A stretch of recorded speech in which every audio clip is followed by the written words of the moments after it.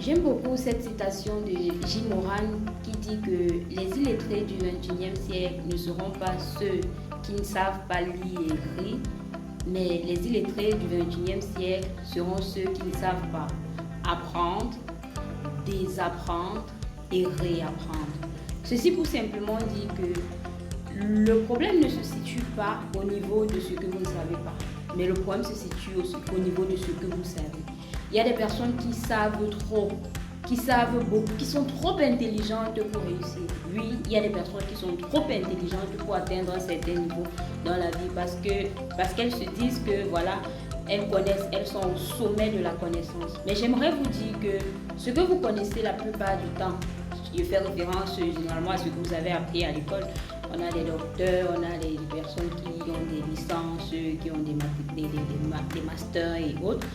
Mais la plupart du temps, ce que vous avez appris à l'école n'est pas ce qui va vous permettre d'atteindre un certain niveau dans la vie. Vous devez être à mesure de désapprendre pour mieux apprendre. Effectivement, si vous ne faites pas attention, votre intelligence peut être un frein pour vous. Les personnes souvent trop intelligentes, vous allez remarquer dans notre société, ne sont pas celles qui arrivent au sommet. Parce que l'intelligence ou le quotient intellectuel ne compte que pour 10%.